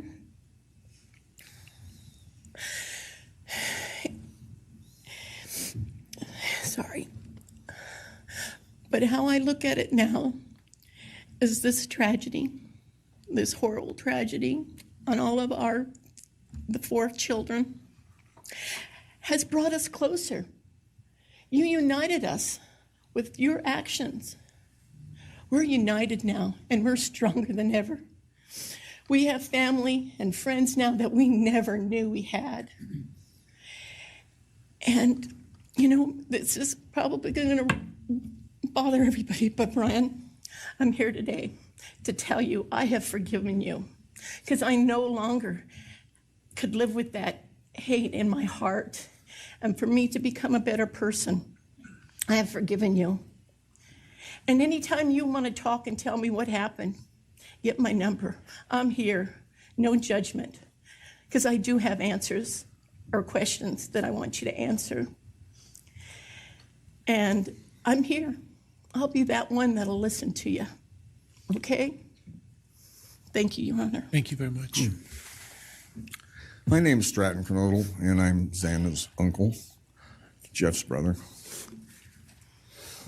Sitting here today listening to the stories and feelings and feeling the pain from everybody is a pretty powerful thing. It's each time a statement was read, it sort of would tug into my center core as I felt everybody's anguish. And Xana meant a lot to us, and we loved her very much. But I started thinking about, instead of rehashing everything that everybody else has talked about, I wanted to direct it another direction toward Bryan and what he's done to his family, his parents, his siblings, his friends, his universe. He has contaminated, tainted their family name, and pretty much made a horrible, miserable thing to be ever related to him.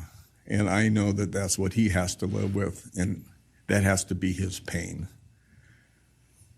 And that's all I have to say. Thank you.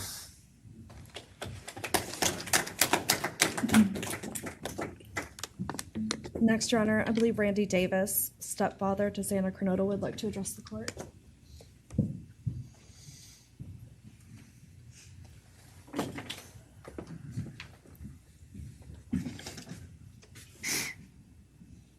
Hi, my name's Randy, stepdad of Xana. I just feel the same way we all do. All of us are united because of something that happened, and I am grateful to know and have met some new family because of this awful event. But this is probably the last time we're all going to be in the same room together, let's be real. So I can say, I love you all, and I feel your pain, and just God bless us all, you know? Just get through it. I had stuff wrote up. It was probably best I didn't read it out. Probably get kicked out of here, so. You know, I'll share one thing to you guys, not to you, with Xana.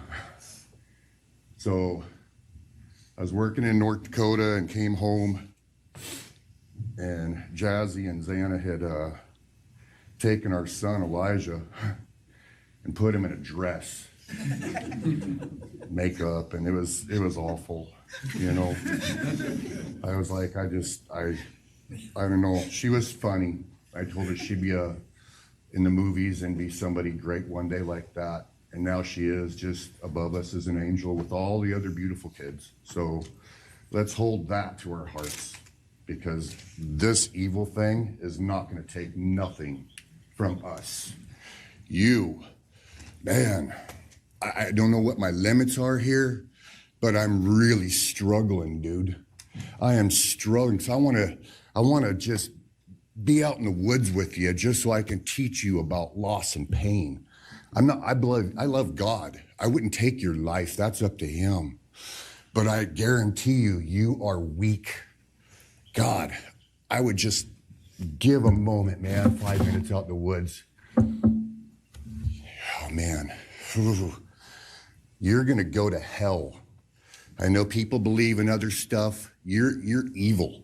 There's no place for you in heaven. You took our children.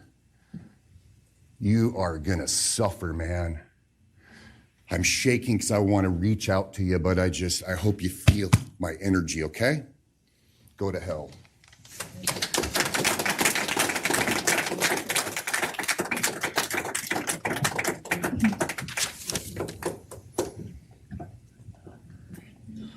Next is Kara Northington, Xana's mother.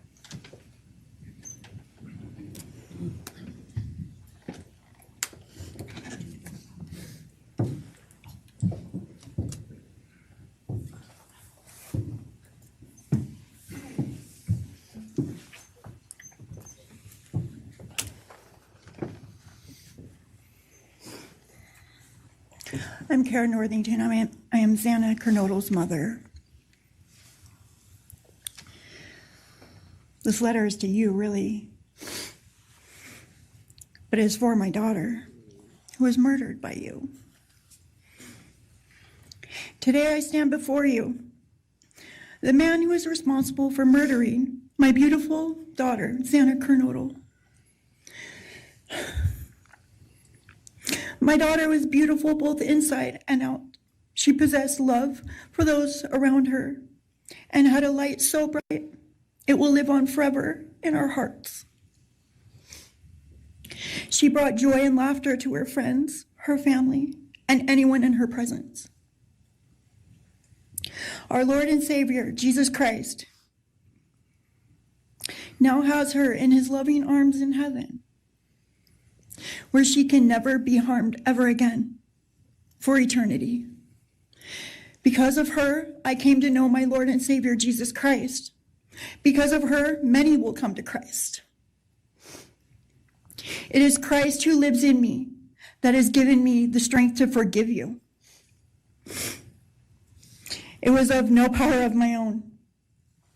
In return, the Lord has filled me with joy, hope, and peace that surpasses all understanding. Jesus has allowed me to forgive you for murdering my daughter without you even being sorry or asking for this. This is only possible because he who lives in me is greater than any evil in this world. For God hath not given us the spirit of fear, but of power and of love and of a sound mind. I do not fear you or even let you rent space in my head anymore. This forgiveness has released me from any and all evil you have inflicted on me and my family. It has allowed me to let our Lord deal with you. You have accepted a deal that will prevent you from receiving the death penalty. Nothing man can do to you can ever compare to the wrath of God. Inevitably, you will stand before our Lord and will have to answer to him over the sins you have committed in murdering our children. I pray you come to the end of yourself before that day. Whether you like it or not, heaven is for real and so is hell. The innocent life of Xana that you stole from myself and my family, and the destruction of this, and the destruction it has caused.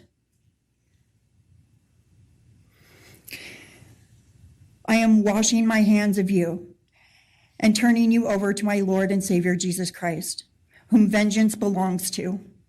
In closing, I want to read a passage from the Bible, Ephesians 6, King James Version. Finally, my brethren, be strong in the Lord and then in the power of his might. Put on the whole armor of God, that ye may be able to withstand the wiles of the devil. For we wrestle not against flesh and blood.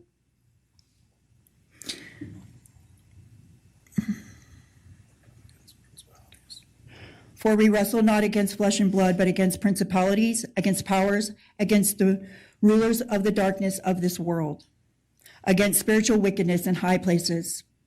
Wherefore, take unto you the whole armor of God, that ye may be able to withstand in the evil day, that ye may be able to stand in the evil day.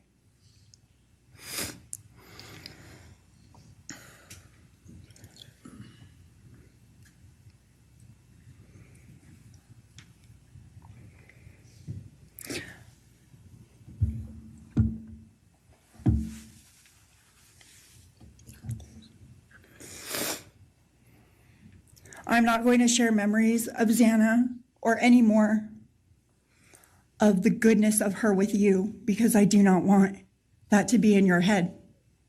I don't want it to be in your head. You don't deserve that. You don't deserve our good memories that we have.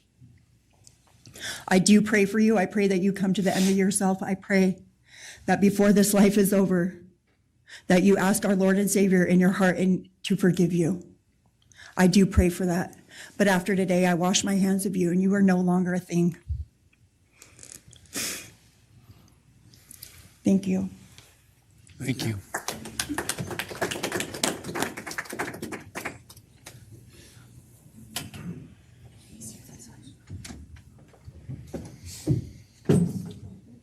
I don't believe the state has any other victim impact statements. Okay.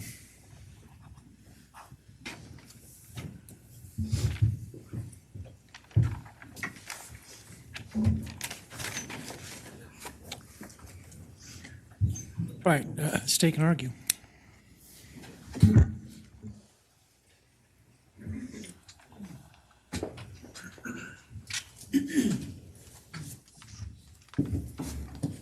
Thank you, Your Honor.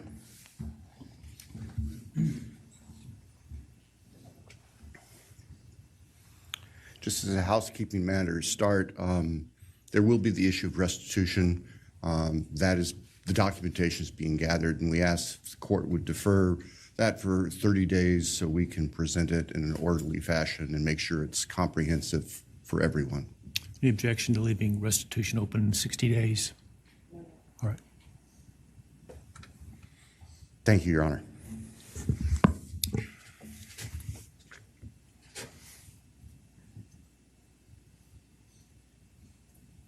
I think it's necessary and appropriate to share for everyone here, including the court, the background that brings us in front of Your Honor today for these proceedings. As the record reflects, and as everybody in this courtroom knows, the defendant has pleaded guilty to all 5 counts charged in the indictment. Under oath before Your Honor, he has admitted that the charges against him are true. He has reassured the court that he has not been coerced or threatened to make those admissions. And Your Honor did an extraordinary job in taking the pleas back on July 2nd. We appreciate the court's discipline and insight.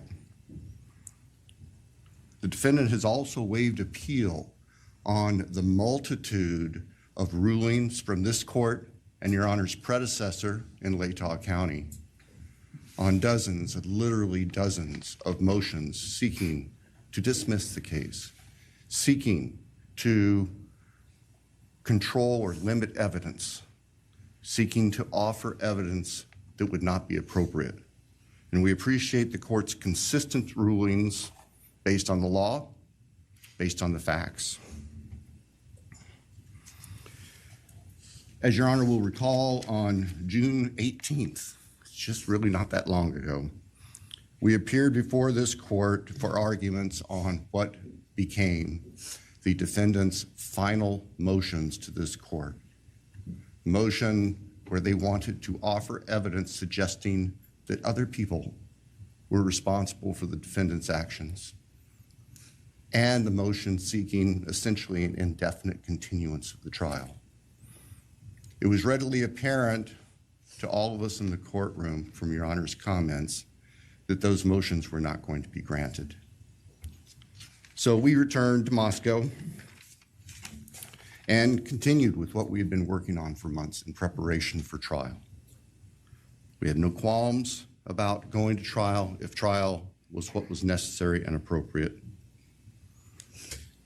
The following week, after we were in court, we were approached by the defense with an inquiry about a possible plea. And I can tell the court this is the first suggestion ever that there was any consideration, because indeed, the defense had maintained from the beginning that Mr. Kohberger, the defendant, was factually innocent. It's clear that the reality of the evidence and the case that had been investigated and prepared and that we were ready to present in court became a reality. Our reaction, among other things, was to reach out to all the families. And in fact, later that week, on Thursday and Friday of that last week of June, we met with representatives by teams, virtual meetings, with representatives of all the families. And we talked about the status of the case and the upcoming trial and things that related to the trial. And we also let them know that there had been an inquiry about whether there might be an offer for a plea. And we asked the family members for their thoughts and feelings. And they were candid. And they have been candid since, and we respect that. And we understand, recognize, and acknowledge that there was a difference of opinion among representatives of the different families. We understand that.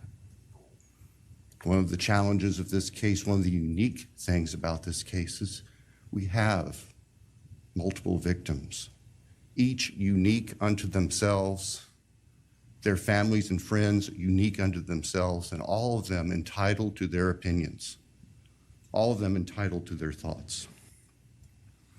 Over the following weekend, our prosecution team,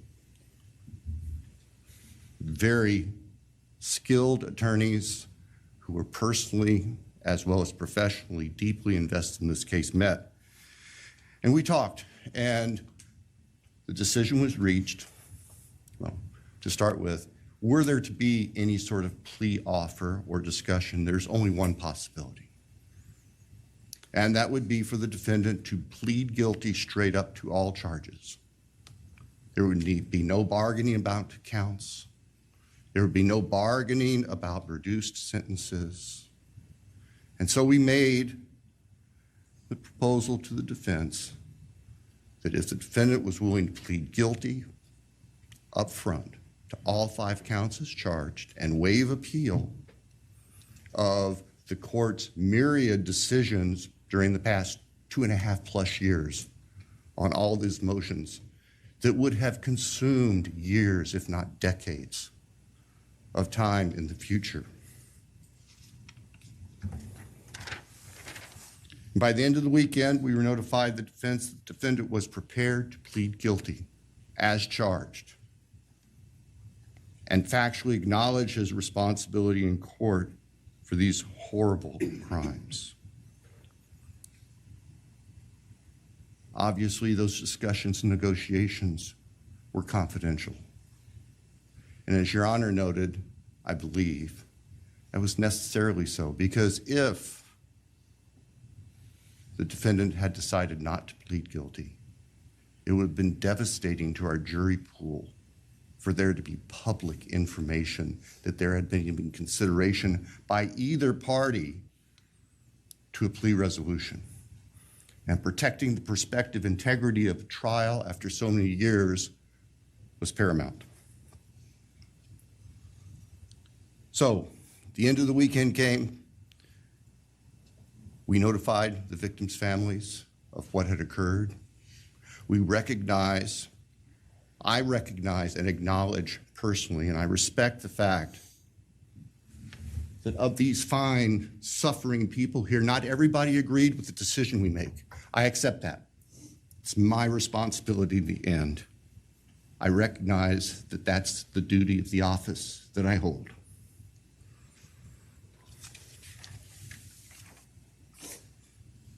So now,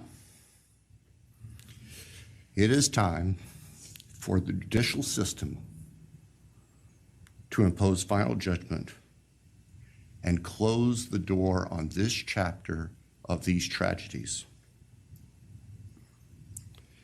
As the court is aware, by the agreement of the parties, it is the state's prayer. Perhaps have the Elmo police turned on.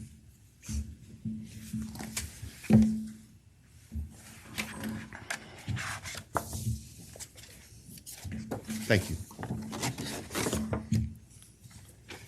That on count one, the felony burglary, the court sentenced the defendant to the maximum period of 10 years fixed in the custody of the Idaho Department of Correction. Then on count two,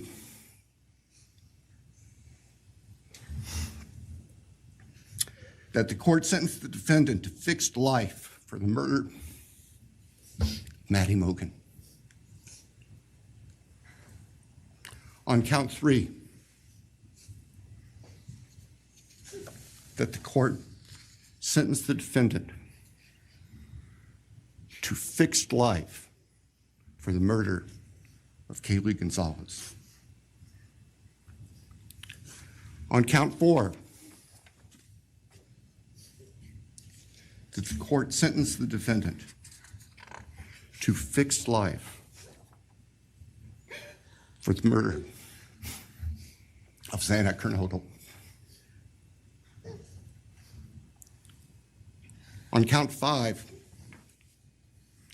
that the court sentenced the defendant to fixed life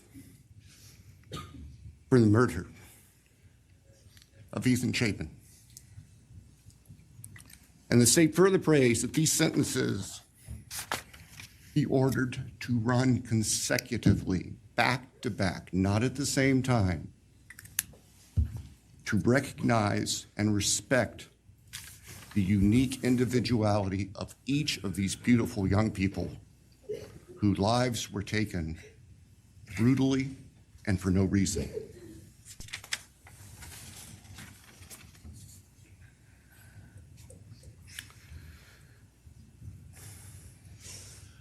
And hopefully now, as we have heard earlier this morning, it is time to afford the families and the friends and the community and the state of Idaho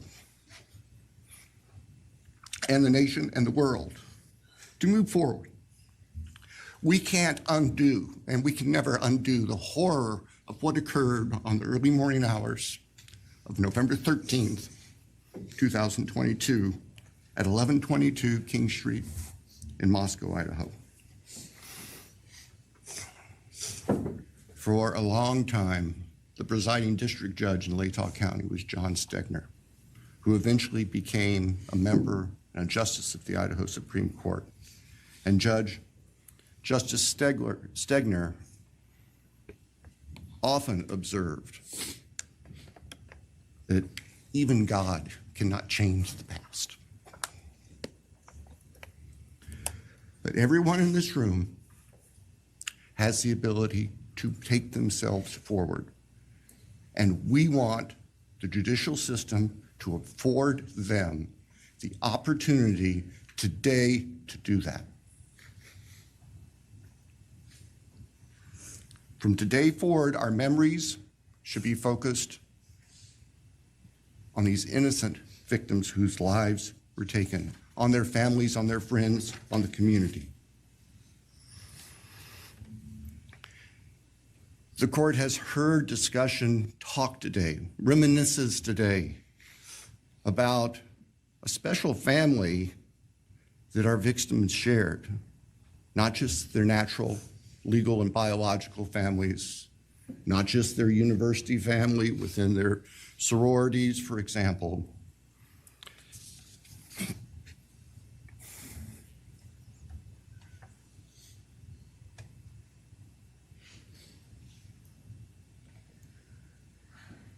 But this family. This is the picture taken on November 12th, 2022, of the special family of 1122 King Road.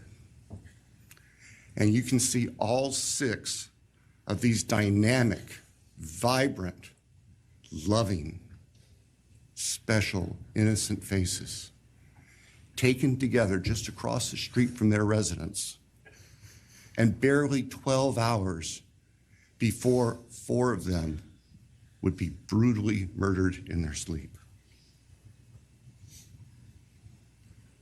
They've been described consistently as being bright, caring, vivacious,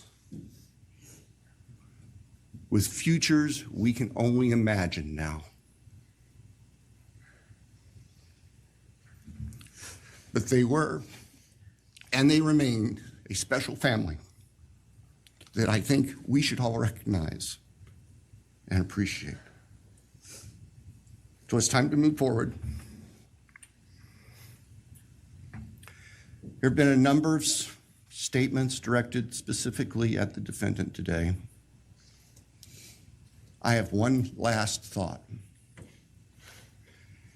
After Your Honor imposes judgment and sentences the defendant to spend the rest of his life in prison, in other words, sentence the defendant to die in prison,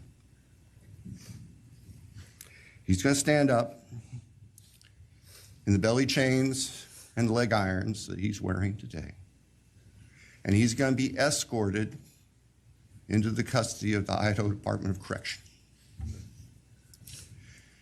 And the door will close behind him forever.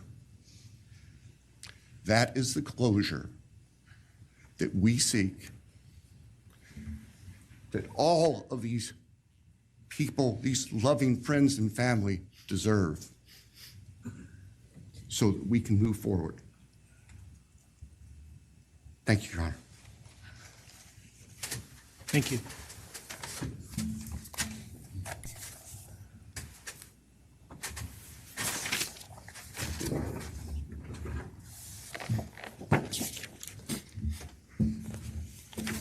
All right, does the defense have evidence to present today? No evidence. All right. Does defense wish to make argument today? Runner, we do not wish to make arguments. Mr. Kohberger, along with his legal team, is prepared for the court to enter judgment. All right, Mr. Kohberger, you have an opportunity to make a statement if you wish to. I take it you are declining. I respectfully decline. Well.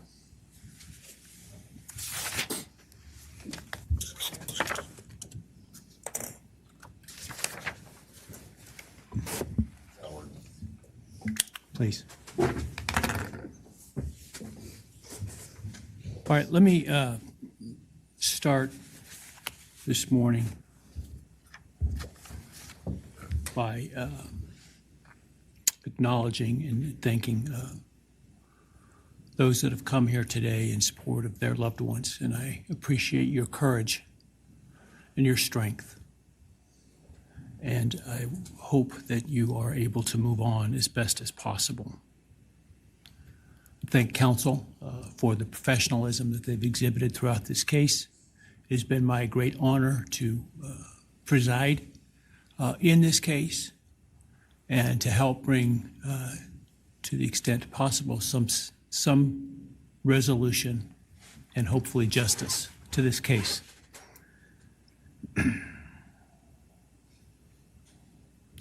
During the quiet morning hours of November 13, 2022, a faceless coward breached the tranquility of 6 beautiful young people and senselessly slaughtered them, 4 of them. Who committed this unspeakable evil was unknown for several weeks, but due to the killer's incompetence and outstanding police work by numerous local, state, and federal law enforcement agencies, the person that slithered through that sliding glass door at 1122 King Road now stands before the world and this court unmasked. This unfathomable and senseless act of evil has caused immeasurable pain and loss.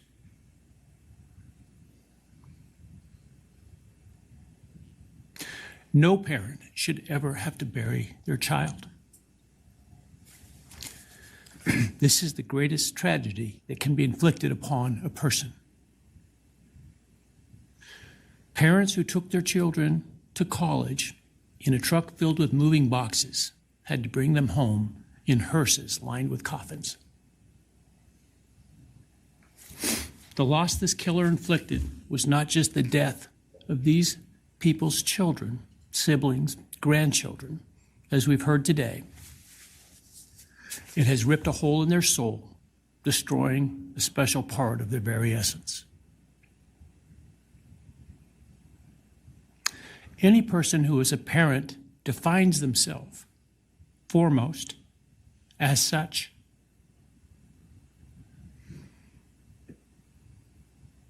It is their existence and purpose of being. And it has been stolen from these parents.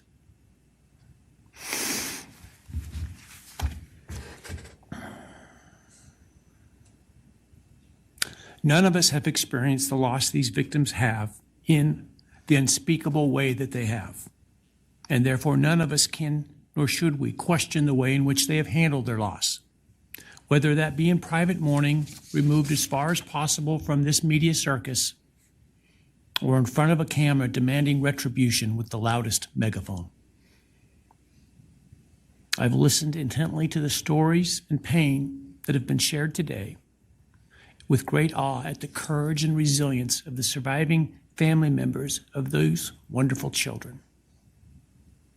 I've listened also to the surviving roommates, both in person and through their friends. And I can't think of how, frankly, courageous they have been despite the hell that they have faced by uncaring people who have come up with all kinds of crazy theories about 2 kids simply being kids. The parents, siblings, and other family members who have spoken today are designated as victims in our legal system. But going forward, I hope that they can shed that label, as it gives too much power to the evil that condemned them to that role. They are and should be known as survivors, fighters, and foremost as witnesses to the tremendous lives of value and unbounded promise of these 4 young people. But those speaking today and those who did not speak, but who carry this same burden, this same loss, now carry forward the memories of these now perpetually young people, these forever children. These survivors carry the responsibility of ensuring that the voices of these children, Maddie, Kaylee, Xana, and Ethan, are never forgotten, and the positive impacts that they have had on so many lives are never minimized, and that the love they shared, the light that they shined onto others, is forever celebrated. As we sit here today, this case is ending, and we are now certain who committed these unspeakable acts of evil, but we don't know, and what we may never know is why. I share the desire expressed by others to understand the why, but upon reflection, it seems to me, and this is just my own opinion, that by continuing to focus on why, we continue to give Mr. Kohberger relevance. We give him agency and we give him power. The need to know what is inherently not understandable makes us dependent upon the defendant to provide us with a reason, and that gives him the spotlight, the attention, and the power he appears to crave. Yet even if I could force him to speak, which legally I cannot, how could anyone ever be assured that what he speaks is the truth? Do we really believe, after all of this, he's capable of speaking the truth or of giving up something of himself to help the very people whose lives he destroyed? Rather, I suspect the so-called reason would be dished out in enticing, self-serving, and aggrandizing, untruthful bits, leaving people wanting more information, more insight, and thus enhancing even further the power he seeks to hold. Even if we could get truthful insight into his why, I suspect it would not in any way quench one's thirst for actually understanding why in the first instance. Because there is no reason for these crimes that could approach anything resembling rationality. No conceivable reason could make any sense. And in the end, the more we struggle to seek explanation for the unexplainable, the more we try to extract a reason, the more power and control we give to him. In my view, the time has now come to end Mr. Kohberger's 15 minutes of fame. It's time that he be consigned to the ignominy and isolation of perpetual incarceration. I know there has been concern about him collaborating on books or movies or other media projects, and I truly hope that someone does not stoop to affording him this spotlight that he desires in the name of clicks, royalties, or profits. While criminal behavioralists should study him away from the spotlight in an attempt to prevent other would-be killers from acting on their worst impulses, there should be no need for that to spill over into the public eye. The great Idaho jurist Edward Lodge was known for trying to find something positive about every person he ever sentenced. And with over a half a century as a trial judge, that was a lot of people. This was often challenging, and I recall in one case he said that the best he could come up with was the defendant had good penmanship. Truth be told, I'm unable to come up with anything redeeming about Mr. Kohberger because his grotesque acts of evil have buried and hidden anything that might have been good or intrinsically human about him. His actions have made him the worst of the worst. Even in pleading guilty, he is giving nothing hinting of remorse or redemption, nothing suggesting even a recognition or understanding, let alone regret for the pain that he has caused. And therefore, I will not attempt to speak about him further, other than to simply sentence him so that he is forever removed from civilized society. And accordingly, based upon his conduct and based upon the record before this court, recognizing the standards that govern this court's sentencing decisions as set forth in State v. Toohill, I hereby sentence Mr. Kohberger as follows. On count 1, burglary, 10 years fixed, 0 years indeterminate. I also impose a fine of $50,000. Count 2, first-degree murder of Madison Mogan. I sentence the defendant to a fixed term of life imprisonment without the possibility of parole, a fine of $50,000, and a civil penalty of $5,000 payable to the family of the victim. On count 3, for first-degree murder of Kaylee Gonzalez, I sentence the defendant to a fixed term of life imprisonment without the possibility of parole, a fine of $50,000, and a civil penalty of $5,000 payable to the victim of the family, or to the family of the victim, pardon me.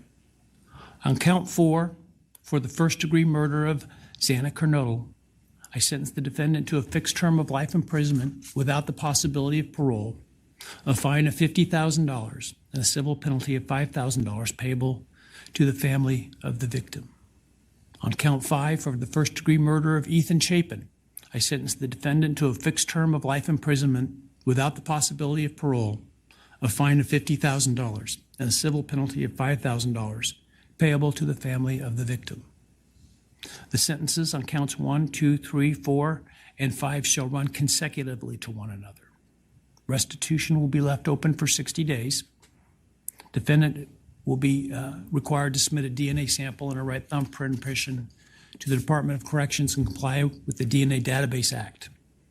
I remand the defendant to the custody of the Idaho State Board of Corrections for to be imprisoned in an appropriate facility and execution of the sentence where he will remain until he dies. Though you have waived your right to appeal, you do have a right to file a notice of appeal, and any such appeal must be filed within 42 days of the date of the written judgment, which will be entered shortly hereafter. Though the appeal, you should be aware, may be deemed a violation of the plea agreement, and so I certainly suggest you discuss that with counsel if that is your desire. I ask the media and public present to allow the families to be escorted out first before they leave. Again, thank you to everyone for your stories today. I am strengthened by them, and I am encouraged by your humanity and strength. And God bless you. We're adjourned.